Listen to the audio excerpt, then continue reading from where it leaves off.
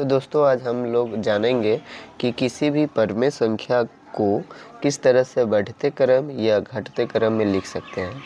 तो जब भी अगर परमेय संख्या हो तो आपको कुछ बात को ध्यान में रखना होगा। जैसे कि आप नॉर्मल जो भी संख्या आप लोग देखे होंगे कि जैसे कि 4 हो गया, 5 हो गया, है ना, चाहे 500 हो गया, चाहे 200 हो गया, बात समझ रहे हैं, कुछ भी हो जाए तो इसमें आप आसानी से पता कर पाते हैं कि कौन बड़ा है कौन छोटा है। परंतु ऐसे अगर संख्या हो तो आप कैसे पता करें, तो इसके कई रूल हैं और कई तरह की संख्या भी होते हैं। तो हम ऐसे बता रहे हैं जिसको अगर आप जान जाते हैं तो आप किसी भी तरह का हो आप पता कर सकते हैं। जैसे नीचे में समान हर होता है तो उसका अलग नियम होता है, बात समझ पा रहे हैं। तो इस तरह से हमको नहीं जानना है, हम आपको बता देते हैं, आप इसको ध्यान में रखेंगे। क्या है नियम, तो आप सबसे पहले उस संख्या को जो है लिख लीजिएगा, ठीक है। लिखने के बाद इससे भाग कीजिएगा, यानी कि 2 में जो है आप भाग करिएगा अगर आ रहा होगा तो।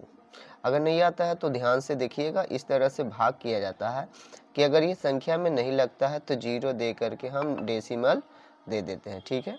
दशमलव देने के पश्चात एक 0 उतारने की क्षमता आ जाती है।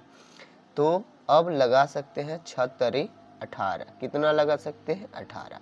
तो हम एक जो है बार में ऐसा ही करेंगे कि हम इतना ही लिखें 0.6, यानी कि हमको पता चल गया कि इस संख्या का वैल्यू 0.6 है। सीधा में अगर देखा जाए इस तरह से तो इतना ही वैल्यू है। अगर इसमें भाग करते हैं तो 0.5 आएगा, क्या आएगा 0.5 आएगा, परंतु इसमें माइनस लगा हुआ है तो माइनस लगा देंगे। क्लियर। अब आगे बढ़े तो ये 0 है, ठीक है ना। ये सब जो है कैलकुलेशन जो मैं बता रहा हूँ वो दिमाग में फटाफट सोचना है, ठीक है, और उसको लगा देना है और आपका आंसर आ जाएगा, ठीक है। तो इस तरह के सवाल जो है आजकल बहुत पूछते रहते हैं कि इनमें से कौन बड़ा है ना, इन परमेय संख्या में से सबसे छोटा कौन है ना। तो इस तरह, इसलिए ये आना बहुत ज़रूरी है। अब इसमें अगर हम भाग करते हैं तो 5 है यहाँ पर और 5 में हमको 6 से भाग करना है। तो हम क्या करेंगे, पॉइंट बैठाएंगे, 0 दे देंगे, है ना, 8 छक 48 लगा देंगे। तो अब हमको लगाने की ज़रूरत नहीं है, एक दफ़ा ही लगाएंगे। तो यहाँ पर आपका जो है 0 पॉइंट जो है कितना आ गया, 8 आ गया। अब देख पा रहे होंगे कि इसमें कौन बड़ा है कौन छोटा है। अगर इसको बढ़ते क्रम में लिखना होगा तो आप लिख देंगे, ठीक है। किस तरह से, तो सबसे पहले छोटा लिखेंगे। तो 0 पॉइंट जो भी होगा वो माइनस में वो छोटा है, एक ही वो संख्या है जो माइनस में, इसका मतलब ये सबसे छोटा है इस पूरे में। तो सबसे पहले आप जो है -1/2 को लिखेंगे, -1/2 को लिखेंगे। इससे बड़ा जो है कौन है, इससे बड़ा आप देख पा रहे हैं कि 0.6 है, यानी 2/3 है, ठीक है।